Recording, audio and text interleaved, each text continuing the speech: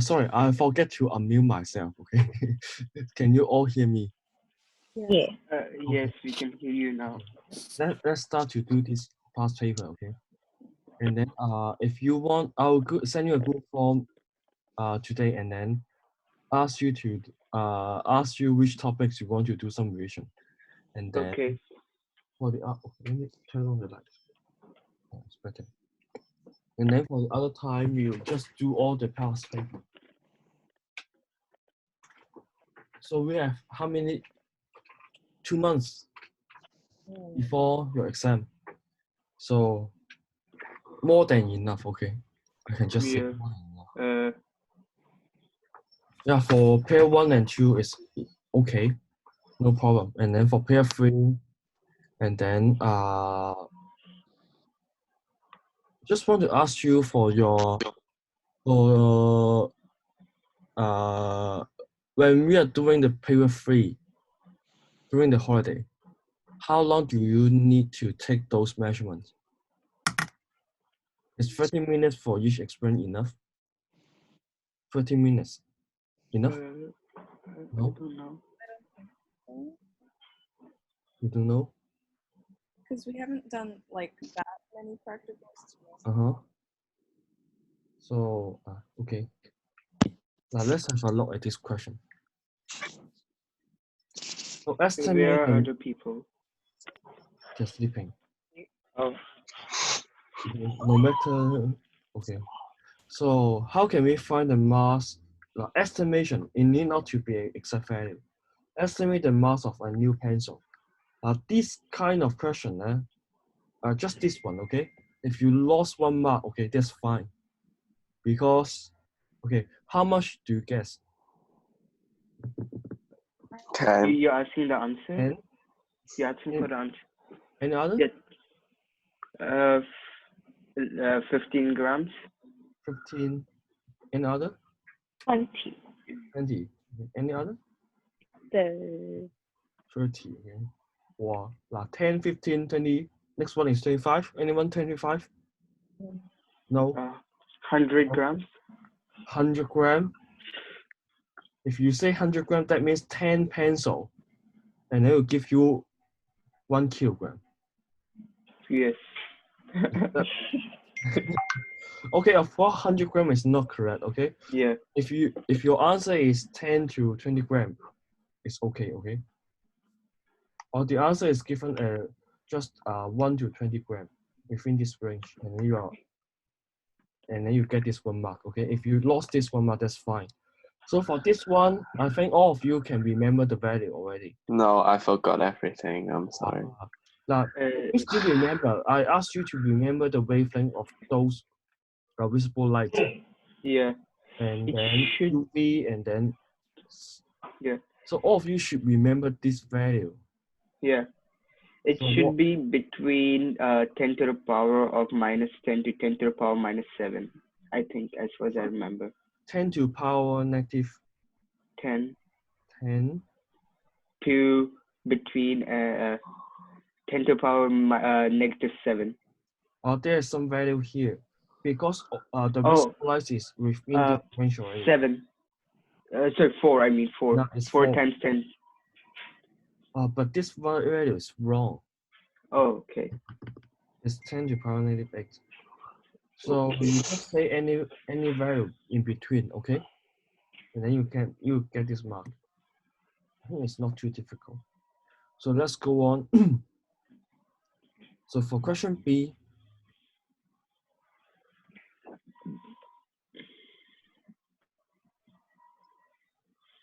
what does it mean? You can just substitute in the values to find T. Okay. Yeah. Okay. All of you can take out your calculator. Where's my calculator? Are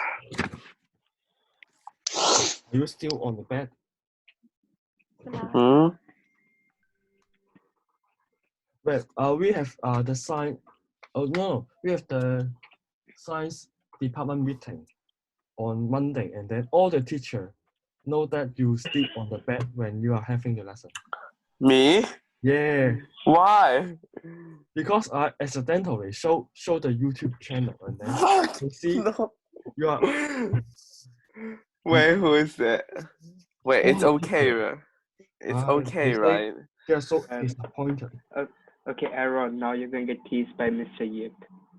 What's wrong with having lesson on the bed? It's my Respectful, private room. one of our core value in of the school. Wait, how Respect, isn't this respectful? Yes, so for the period, okay, just substitute in the value, okay, not difficult, okay, and then you get 0.561. So like most of the time when I do past papers, when I check the marking scheme, it's two significant figures most of the time. Yeah, but this one, why should we take two significant figure? There's a reason behind. Because How many SF in the mass? there is 3 SF. It's 3 SF. 1, 2, 3. How many SF in K? 2. 2 SF.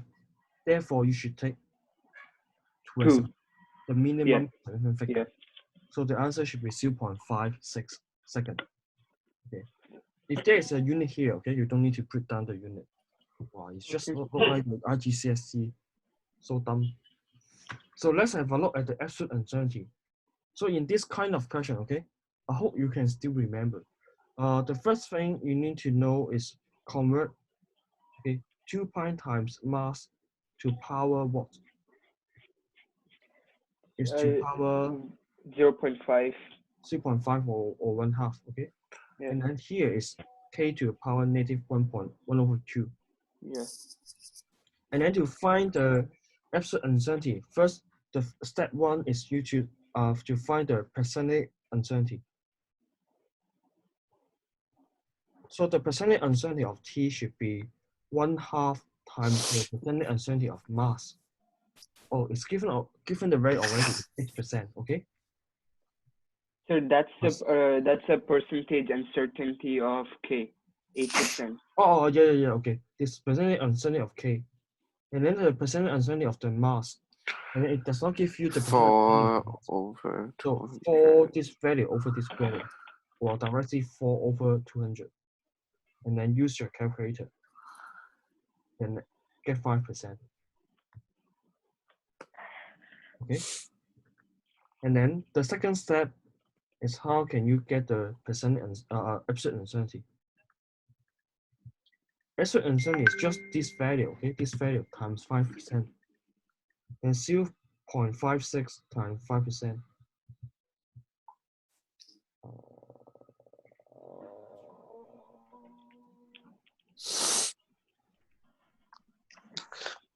Something. Is it? Yeah, it's 0.28. You're correct. Okay. And then the final answer should be 0.56 plus or minus. Now this one directly you can get from here, okay? But what about this value? 0.03?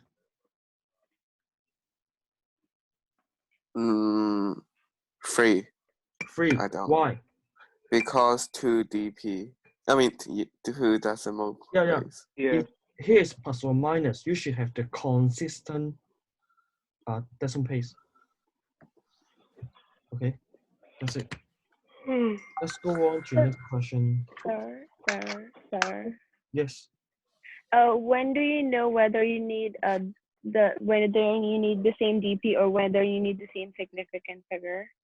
Okay. If it is plus or if it is a multiple or division, and then you should have consistent significant figure. Just remember multiple or division, you need to have a consistent significant figure. For plus or minus, you should have the consistent decimal place. Okay. That's it. Okay. Let's have a look at next question. Can you capture screen? Yes, wait. capture I screen. mean, there's a one function in. Let me see. Eh? Whatever. Okay. Like in I can Windows, scan we can. I can scan these papers later on in the school. Okay. No need to take picture. You can take or not, or just send photos after the lesson. So for next question, this of course it is about mechanics, I think. So you should have a look at this question.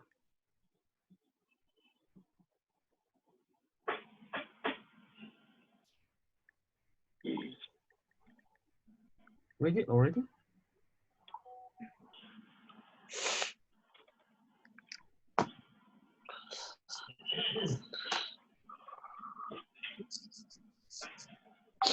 So describe how two metal plates could be used to produce a electric field.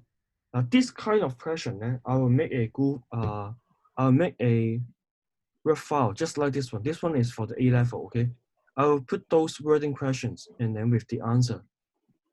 And then all of you that should copy it once and then so that all of you can answer those kind of questions. I'll make it these few days, okay? And then you get it next week. So this kind of question is called the wording questions. This one is actually nothing related to this question can be nothing related to this question. So it can be appears in other ways. So how can you produce a electric field by two parallel plates? So first of all, these two plates, how should you place these two plates? Parallel? Parallel, yeah. So you should put these two plates parallelly.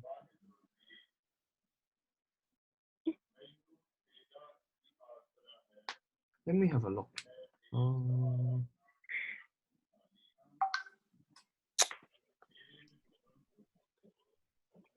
So these two plates should be parallel. And in the marking scheme, they say the keyword is vertical. I'm not sure why they say it's vertical instead of parallel. So, and then you can connect it with a battery. Either you connect with a battery or you have a positive charge one page and then negative charge another page.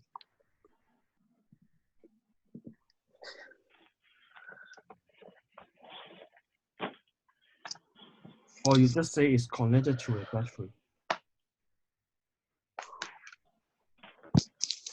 Okay. So determine the magnitude of the electric force acting on the bead. Now, it given you the electric field strength already. So this is, we use the symbol E for the electric field strength. So for the magnitude of the electric force, there's a one formula relating the electric force with the electric field. It's charge times E field. Remember? No? Yes. So it asks you the magnitude of the electric field and electric force. So you don't need to substitute the negative sign into the formula. So you just put 3.7 times 10 to the power 9 times the electric field. Then the electric field should be 1.3 times 10 to the power 4. So just use your calculator.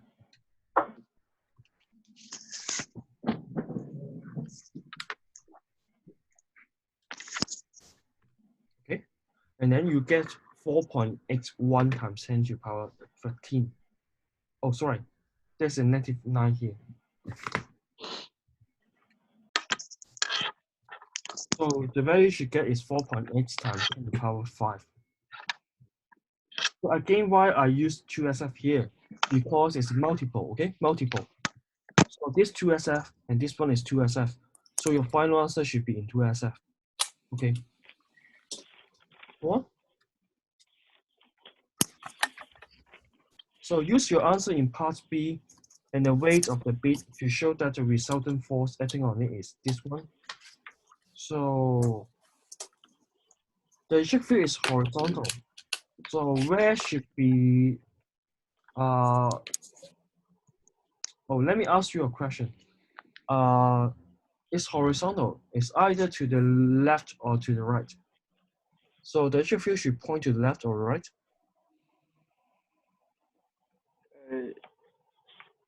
It should point to the right because it's negatively charged and it's moving to left. Yeah, because we know that the electric force is point to the left somehow, okay? The electric force. And then there's a weight acting on the object. So the resultant force is along AB in this direction. So if but the charge is negative charged, so that means the electric field should point to the right, okay? And then let's go on to have a look at this question.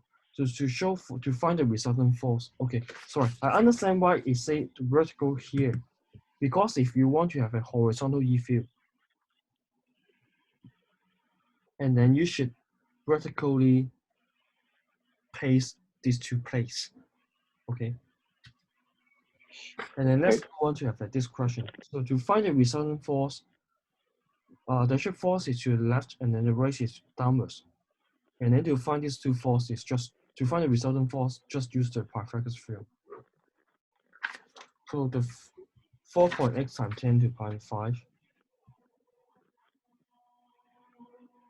square plus the weight.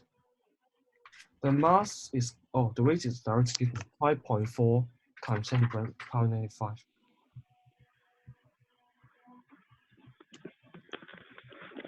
And then resultant force, okay, if you are lazy, okay, you can directly say it's 7.2.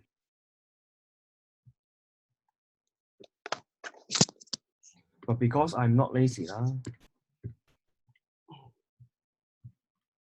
okay, and then you get 7.2. Let's go on.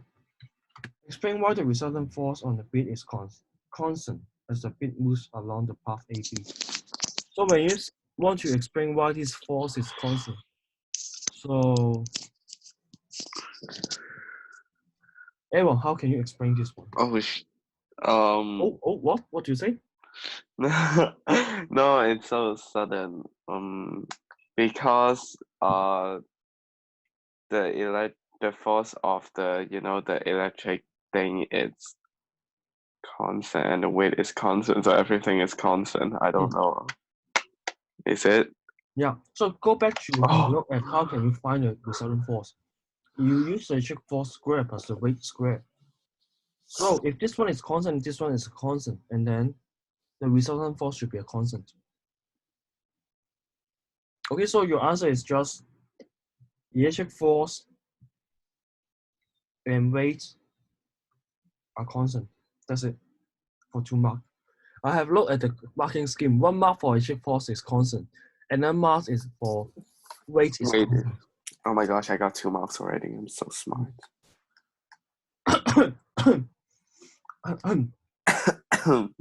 Calculate the magnitude and the acceleration of the bit along the path AB. Okay, it's not difficult thing.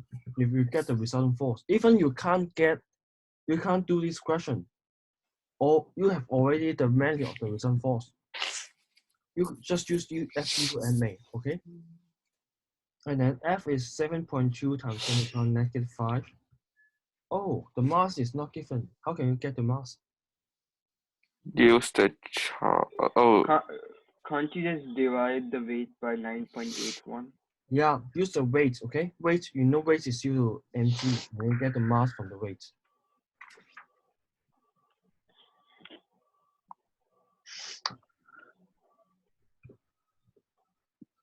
Okay, and then you can get the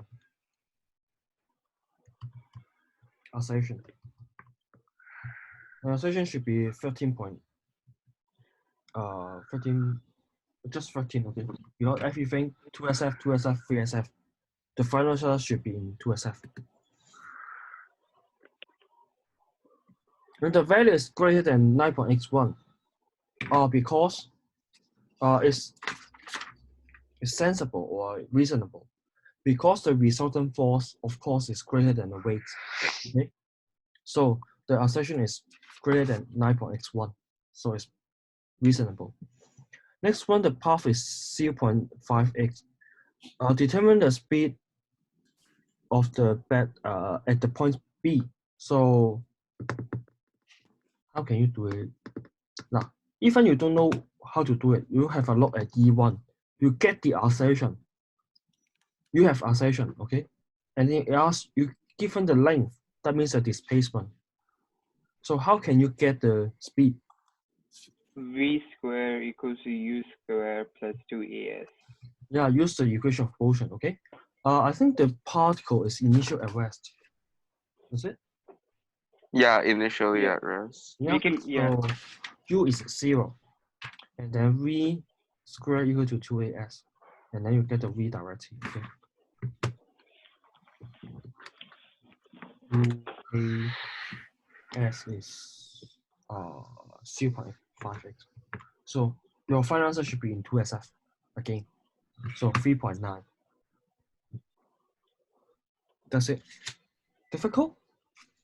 No. Okay, then all of you should get A in physics. So let's go on have a look at this question.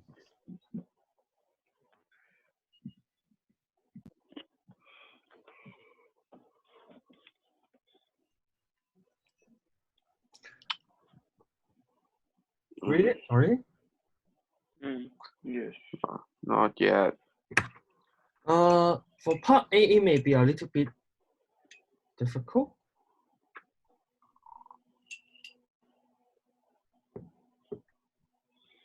Let me go to get some food. Okay.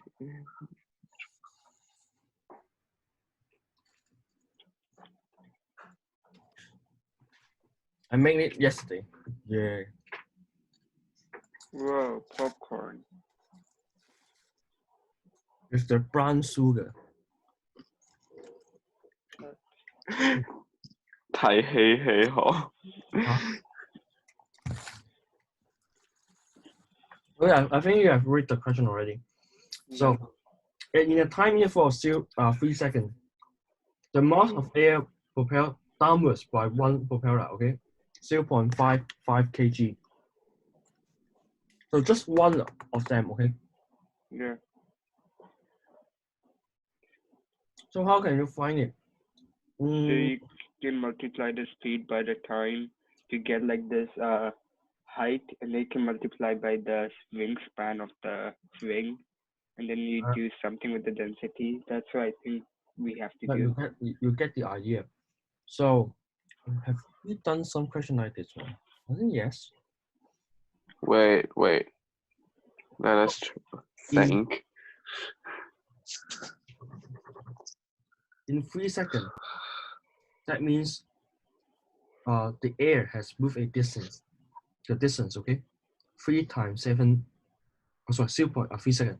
3 times 7.6 meter, okay? The air has moved this distance.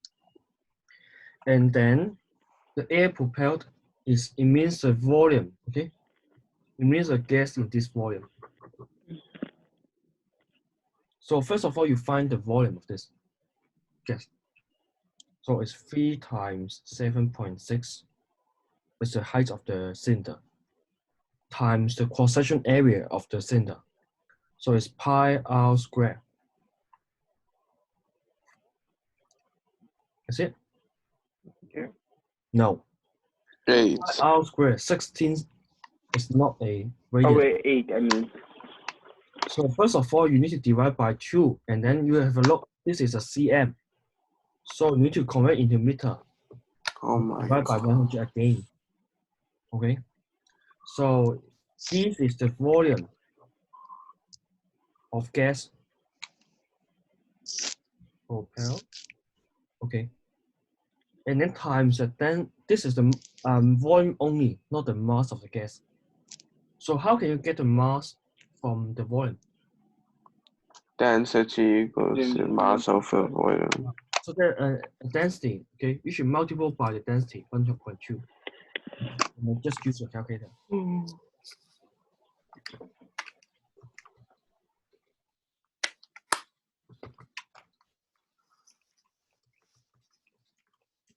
Okay, and you get 0.55 kg.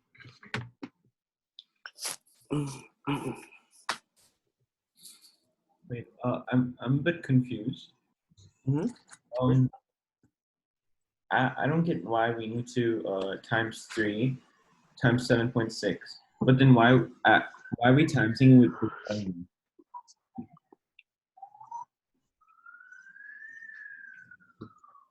You know the airspeed is 7.6 meter per second.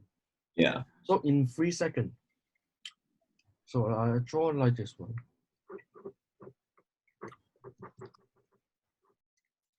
So in 3 seconds, the gas is moving. This column of gas, okay, or this cylinder of gas, is propelled by this machine, okay, and then by a distance 3.76 meter. Okay. Or Aaron, okay? Can you 又係我 梗係啦 嚇 ，not the best student 啦，on the 黐線唔係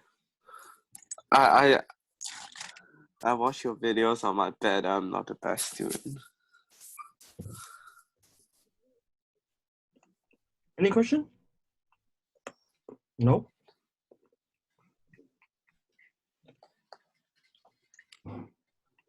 So B1, calculate increase in the momentum of the mass of the air. So you have the mass already. It's 0.55 kg. You know the moment increase in the momentum. Just mv minus mu. That is the final momentum minus the initial momentum. Then how can you get the speed? You know the speed already.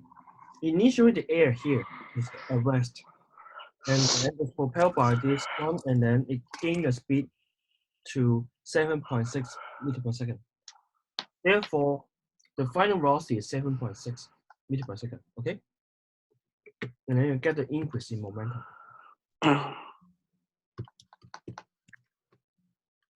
So it's 4.2. Okay, 4.2.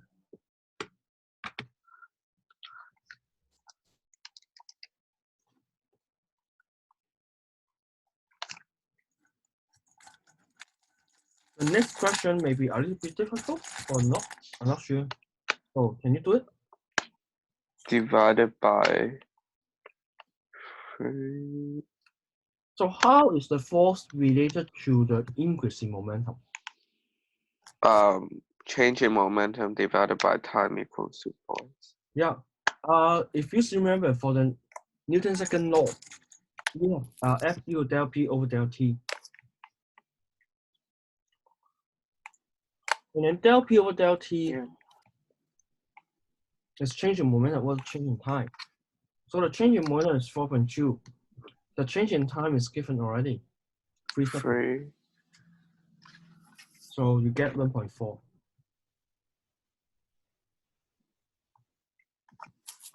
Okay. The next question now.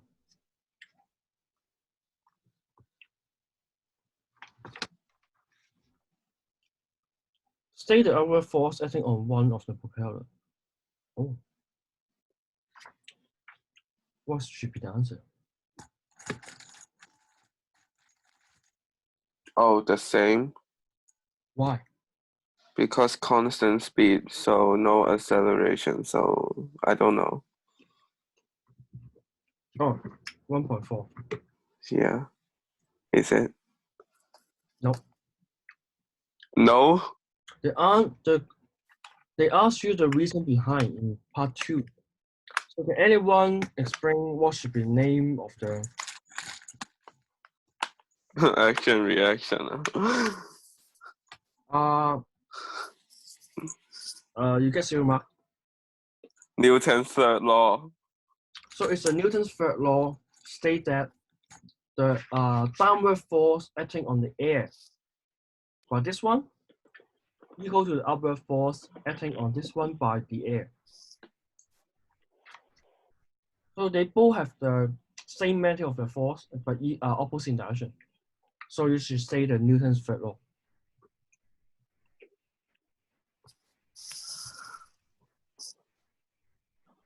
Determine the mass of the aircraft. So the aircraft is stationary. I think. Yeah. No. I think yes. I'm not sure. Where can I find it? No. Okay. Okay, here. So the aircraft is stationary. So it means that 1.4 should be equal to the rate. No, 1.4 times 2 because it's from two Yeah, wings. it also has two here. Is it 2 or 4? You should look at the question. Yeah, it says two propellers. It says two propellers at the top. Okay. 2 propeller. So you see, I leave some space here because I want to check you. But you are so careful. Not never checked by me. So the mass should be 0.29 kg. It's just equal to 3 of your pencil, okay? The mass of 3, your 3.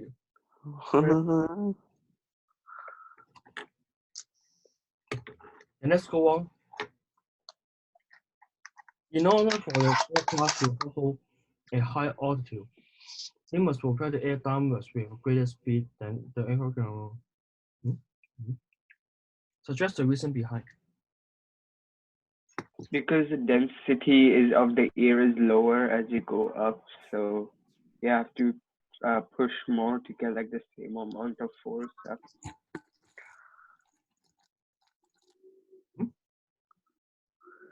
The density of air at higher altitudes is lower, and so like less gas will be pushed down, and because of that, it's lower, or we'll say lower up thrust.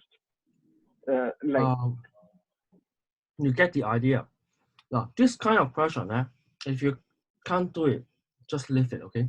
1 mark, if you lost 1 mark per question, you can still get A. So if you don't know how to do it, okay, just go back to the previous page. How do you get the force? So to get the force, okay, you use the mass times the velocity, okay, over the time. So just using the same time, okay. If you have a, okay, just replace 4.2 by 0.55 times 7.6 over 3, okay. So given the same time, you need to use a high speed.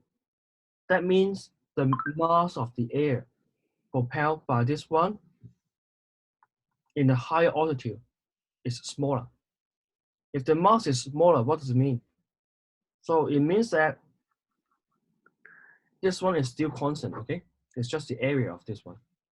And then 3 seconds, this is 3 seconds, it's still a constant. So you have a higher speed, you need a high speed, but you get a lower mass, okay? That means the density of the air should be smaller. So you can analyze a question like this one. So you get a, that means you have a lower density in a higher altitude.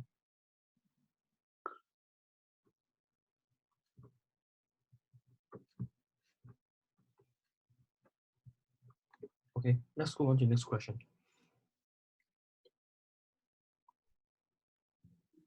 Oh. Huh?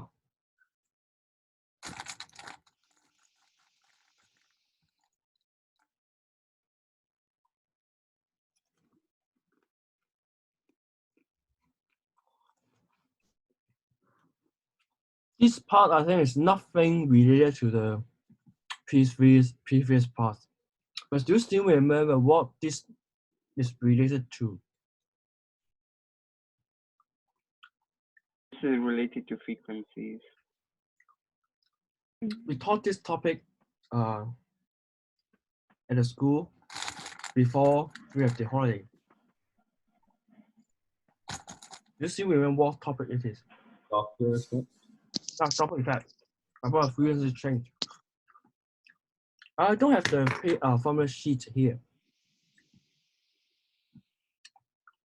So if you have a look at the formula sheet, And then I think there should be include one of the formula of the Doppler effect. So the observed frequency should equal to the frequency of the source. The source of the frequency of the source should be, that means from the alarm, okay? Times speed over V minus Vs. You still remember what is V here? 340.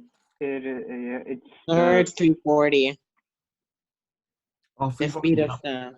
It's the speed of sound, okay? And then you And just then, substitute all the value here. yeah, So it should put minus or plus here. minus. It doesn't matter, okay? Because you know that the aircraft is approaching you. Approaching you. The aircraft is approaching you, okay? So that means the frequency should, the observed frequency should be higher than the frequency of the source. So it should be minus here. So if you put a plus here, and then you get a smaller value than this one, and then you know that you should make it negative. So I use my heart to calculate the value, okay? The final answer is 3200, okay? Okay, no problem. Yeah, don't be lazy, okay? I use your calculator.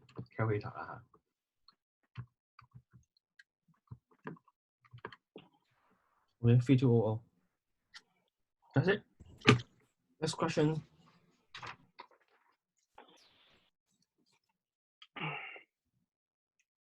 Spring force.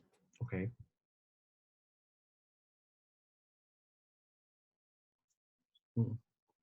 Or you may download the PDF and read it. Okay. Maybe easier for you. So the spring of an unstretched length is 0.08 meter. Suspended vertically from a fixed point.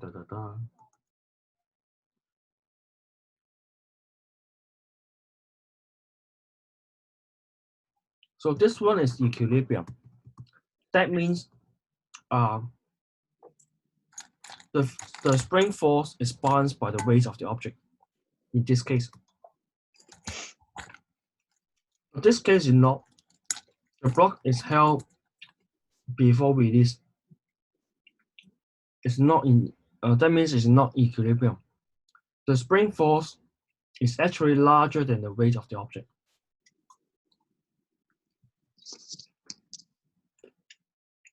So let's go on to the questions. Isn't the weight of the object going to be larger than the spring force in the other one because it's a longer? Oh, it's same mass, the same object. Oh, okay.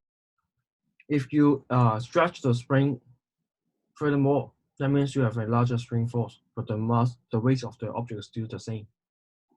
Okay. So at this stage, these two equal.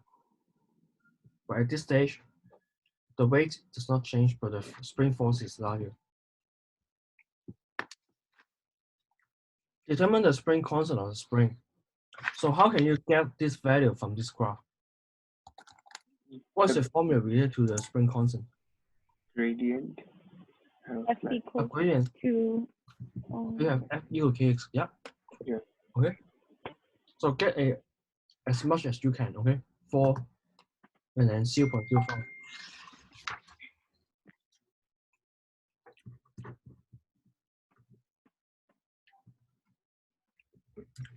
Then 80. Let's go on. 4 points show that the decrease in the potential energy of the spring is 0.055 joule when they move from the position Y to position X. How can you get the decrease in the potential energy from the graph?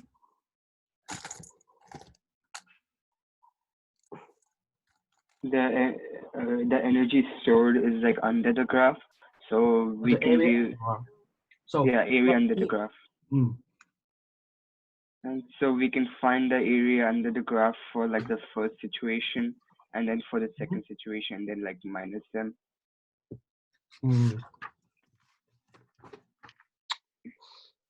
Then let's have a look at where is 0.12. I think it's somewhere here, okay? 0.012 is somewhere here. Oh no. Hmm? Oh no. What the fun? No. The initial length of the spring is 0.0x.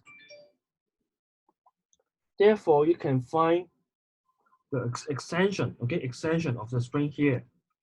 It should be 0.12 minus 0.08. That means 0.04. Okay? And then extension here should be 0.015. Okay? And then 0.015 is somewhere here.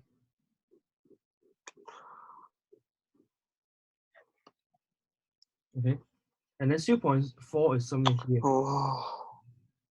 And you find the area under the graph here. Okay. The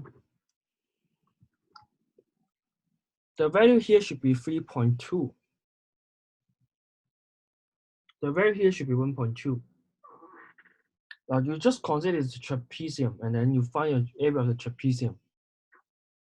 So it would be 1.2 plus 3.2 times the height. The height is 0.04 minus 0.015, okay? Then divide by 2. So the area under the graph of these, Yeah. these always give us the energy. Yes. You forget what you did. The potential energy stored in the string, or like in this case, it's gonna be released. Oh, okay. Right. Sorry, I forgot. Okay.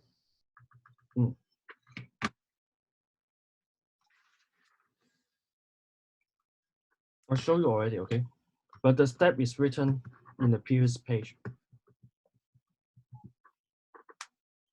And you get the answer, 0.055 joule. Don't forget the unit. It's not given here, not given like this one. Next one, the block has a mass 0.122 kg. Calculate the increase in the potential energy of the block when it's moved from position Y to X. So easy lah. MGH, you see? Wait, why does it need to give you the mass? Okay. Why I ask this question? Because you can get the mass of the block from here. So for 0.015 meter extension, and then the spring force equal to rate. That what I taught you before. So the tension here is 1.2 Newton. That means the weight should be 1.2 Newton also. And then you can get the mass from the weight. Okay. So the question does not need to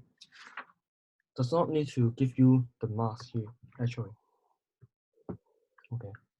I'll just stick to this mass. Okay. 0.122 times 9.x1 times the height.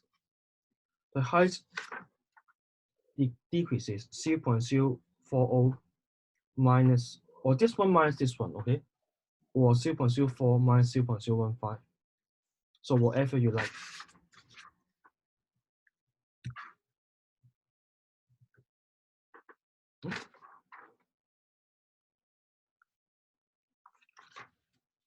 Yeah. So use your calculator to get the value.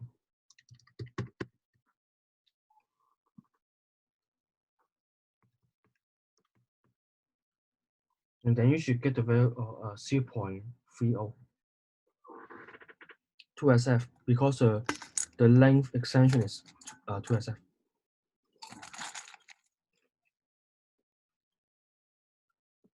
Okay, let's go.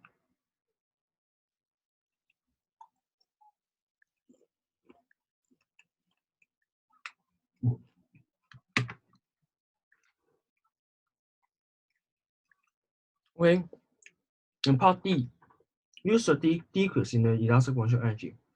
So when it's moving from the position Y to X, the elastic potential energy decrease. And then the gravitational potential energy increase because it increase in height. So how about the kinetic energy? Does it increase or decrease?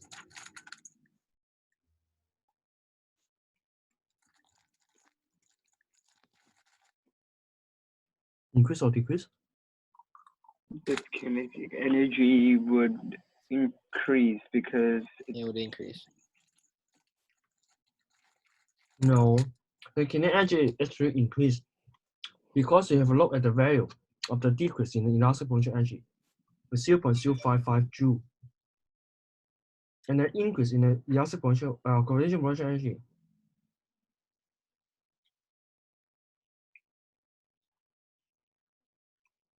Mm-hmm. 0.3? Is it 0.3?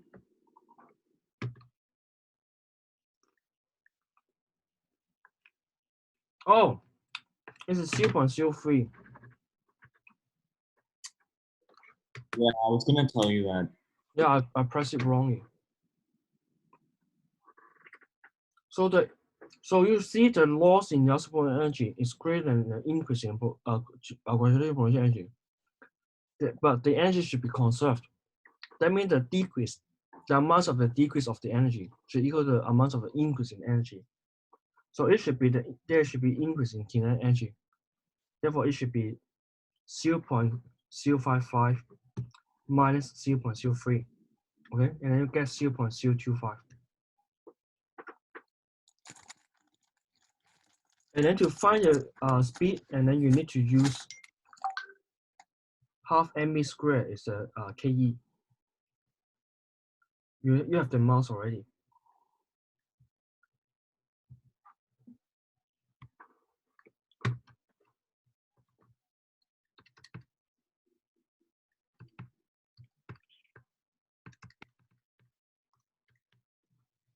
And then you can get the value 0.64 meter per second.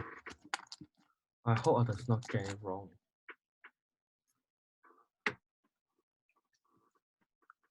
Any question? Any question? No.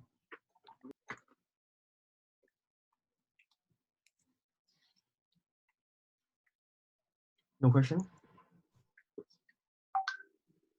If no question, let's go on now. Okay, no question. Yeah, I'm good. Okay.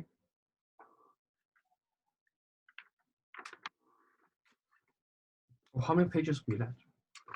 Oh, so many. 5 pages. So have a look at this question. It's about the wave. Interference. Okay, two sources of circular wavefronts. Okay. Wavelength is 6 cm.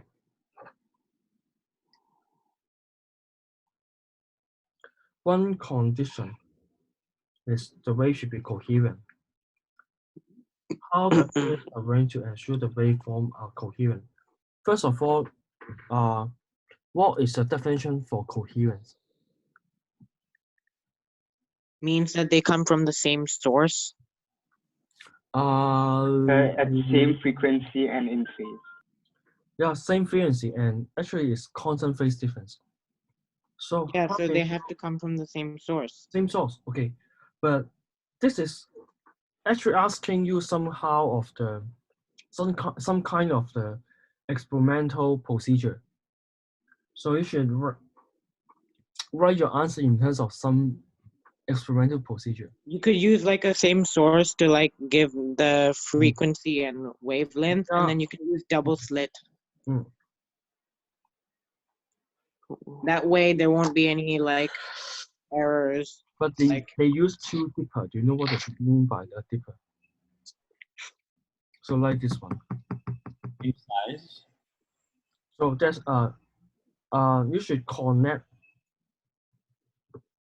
the two dippers to one I'll just say vibrator, okay, or motor. And then that means you ensure that they are come from the same source.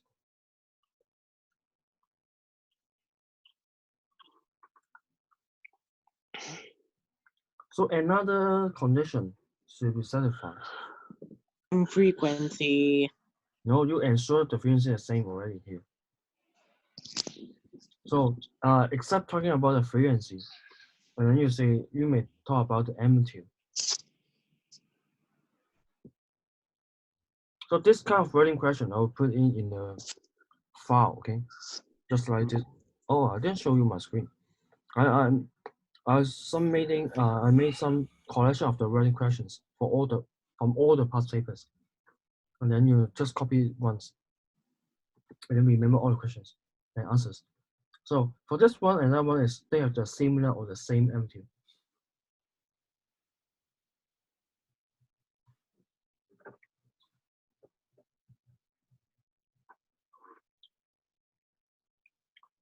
No, I should have told you why. Maybe.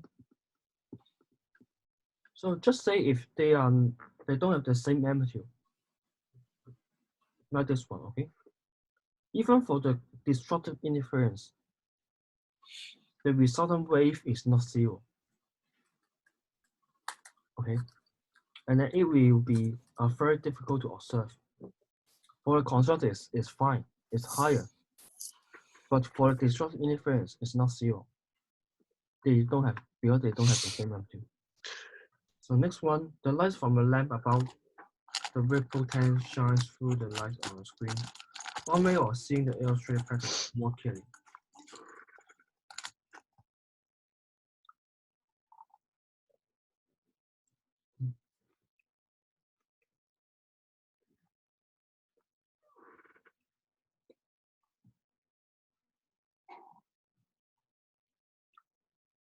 Because you know this one is actually,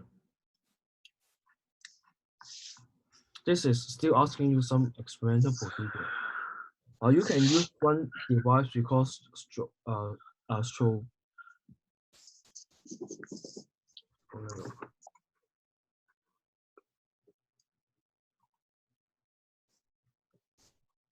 this one is just like a camera, but you take the pictures every several times. Let's say you set the frequency to be 1 Hertz. That means it takes a photo every 1 second. You can just ignore this part, this kind of question first. Because I'll give you a collection of these kind of questions. And then you just need to remember all those answers. Then let's go on to have a look at this one. The speed of the wave is 0.40 meter per second.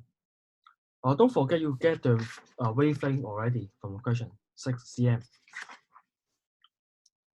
So you just use the most important formula in this topic, V equal F lambda, or the frequency can be converted to the period by 1 over period. And then period, you can get V over V. That means it's 6 cm, 0.06 divided by 0.4. And then you get 0.15. Okay. And then show in the point X that lies on a crest. Okay, midway between two adjacent crests. Okay. State the path difference in cm. This one. So you can actually calculate the wavelength, how many wavelength it is. So from D1 to X, 1 wavelength, 2 wavelength, and 3 wavelength. From D2 to X, 1, 2, 3 and half, okay? 3.5 wavelength. Therefore, the path difference is 0.5 wavelength. That means in cm more. Lambda is 6 cm. And then you get 3 cm here. Okay. Actually, it's better for you to write it as 3.0 cm to assess. So, what should be the phase difference? 100.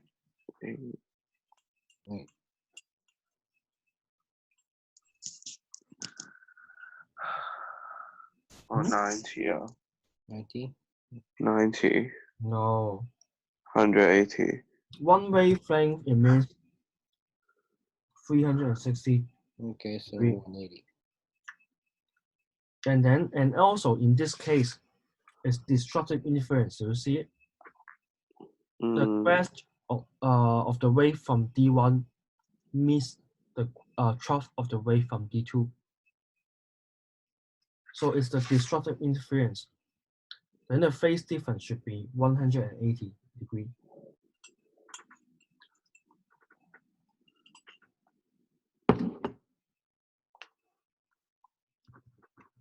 If you forget the formula for the phase difference, you can drop it down. It's a change in the, let me see. It's either the path difference here, okay? Or the distance difference. The difference between the distance between the source over the wavelength by 360 degrees.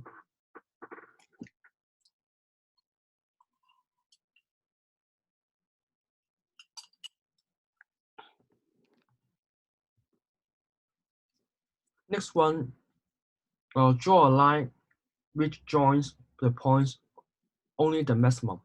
That means the constructive interference or the pattern you observe. So the easiest line should be the line in the middle, or you say the perpendicular bisector. First of all, you get a ruler. Do you remember you need to buy a 30 cm long ruler? I still haven't bought it. Alright. Okay, everyone show me a photo. Okay, photo your 30 cm ruler, okay, to me. Oh, I think I have one at home. Otherwise, I give you silver mark. I told you long time before. So, now first of all, you should get a ruler. Where's your 30 cm ruler? Now my ruler is outside. Okay, I have a ruler here. Excuse.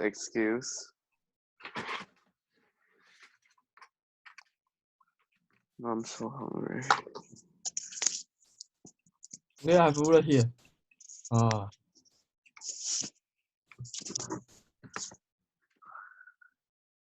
Okay, but you should join all the points here, right? You should draw better than me.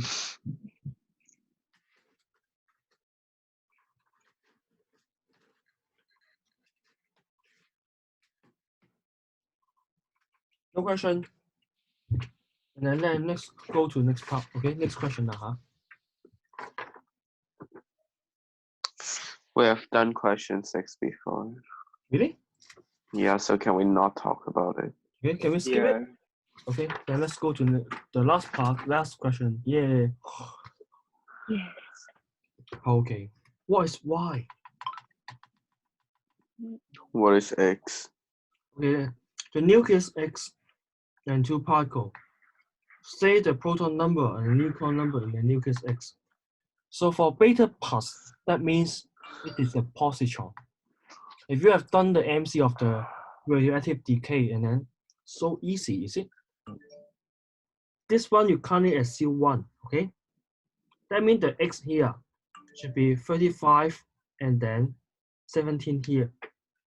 So the proton number should be 17. What is Y? Why is the Oh, particle, never mind. I thought it's a nucleus. The neutron number is 35. Any question for this part? I Okay. just give you 1 mark only, okay? Because it's so easy. So name the particle represented by the symbol Y. It should be the electron neutrino. Electron neutrino. Neutrino. Sir, is it anti-neutrino or neutrino? Which one? Neutrino. Neutrino. Emitted, Anti-neutrino happens when there's negative beta decay. Oh, okay. you haven't done the MC. The MC is so easy. Oh yeah. You have done the MCs and then you know how to do it. Remember? So just like, if let's say, okay, just do one revision, okay? when we decay from x to y, okay, given the value, the proton number, if we emit the electron, okay, beta minus decay, and then beta minus 0 and then 1 here, okay, that means the value here should be A and Z plus 1. And then it will emit a anti-electron neutrino. This one is the anti-electron neutrino.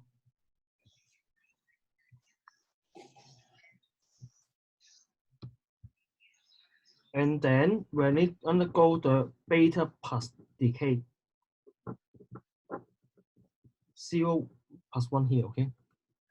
And then this one is Z minus 1. And then it will emit the electron neutrino.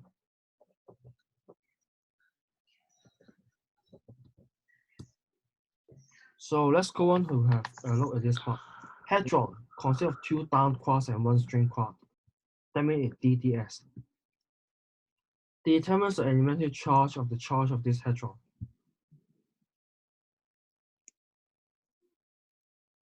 That means you need to remember the charge of all down, up, and string quark. And then down quark and string quark have the same charge. It's negative 1.3 E.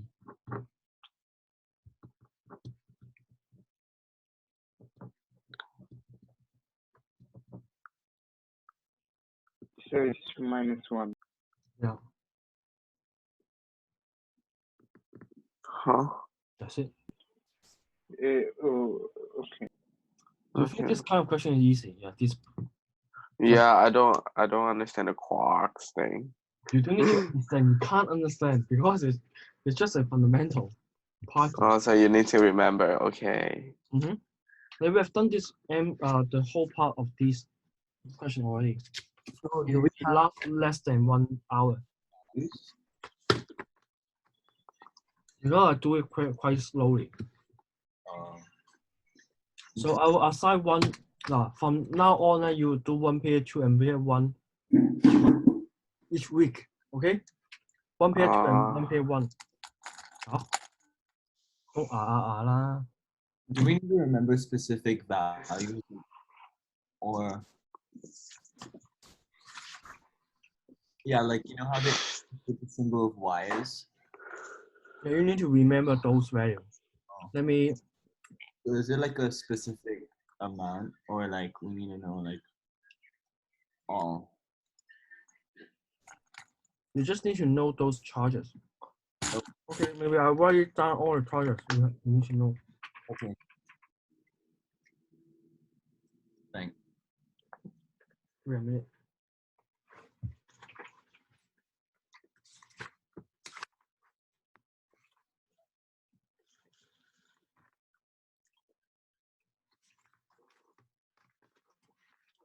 If you have a look at those, what I showed you before, there's 6 quark.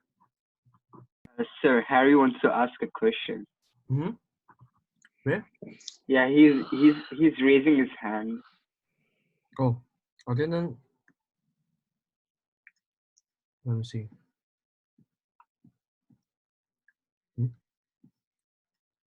Try pressing participants, and then you're gonna see like Harry. See, but he does not have a microphone. Yeah, Harry, can you type in the question if you have any?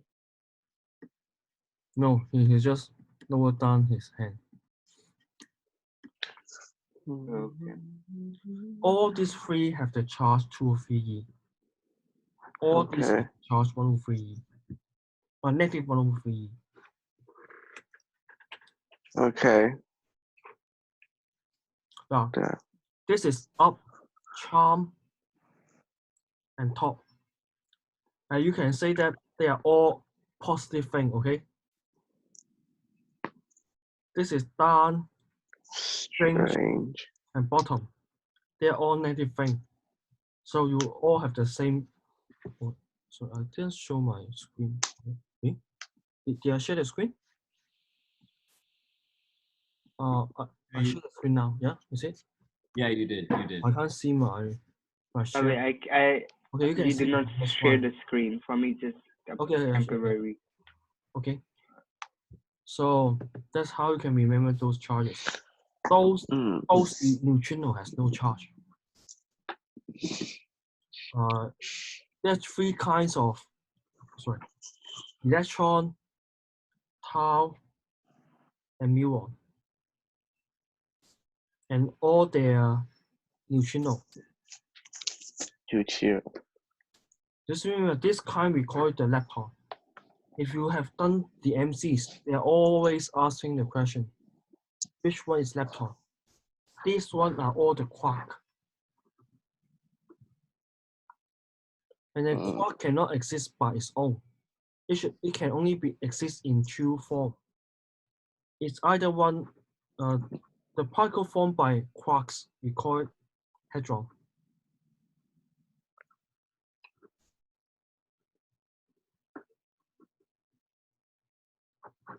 There are two kinds of hadron. One is baryon. Another one is aron. I don't know. Not aron, okay? It's meson. So a baryon is consists of three quarks, and then meson consists of one quark with one antiquark. That's it you need to know about those fundamental particles, okay? And you need to know about proton and neutron, okay? And then a proton and neutron are made from down and up, okay? You can, because neutron has zero charge, so it should consist of one up and two down.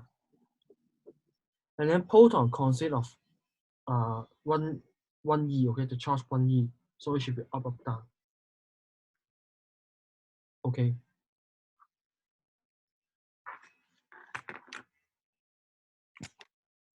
So I'll give you one past paper and then don't copy from the answers, okay? Otherwise, I would rather you not handing the homework. Just not wait. I rather you not wasting time to copy down your homework, copy the answer. So do it by your own, and then I'll tell you what to do how to submit the homework. Okay, and then that's the end for today's lesson.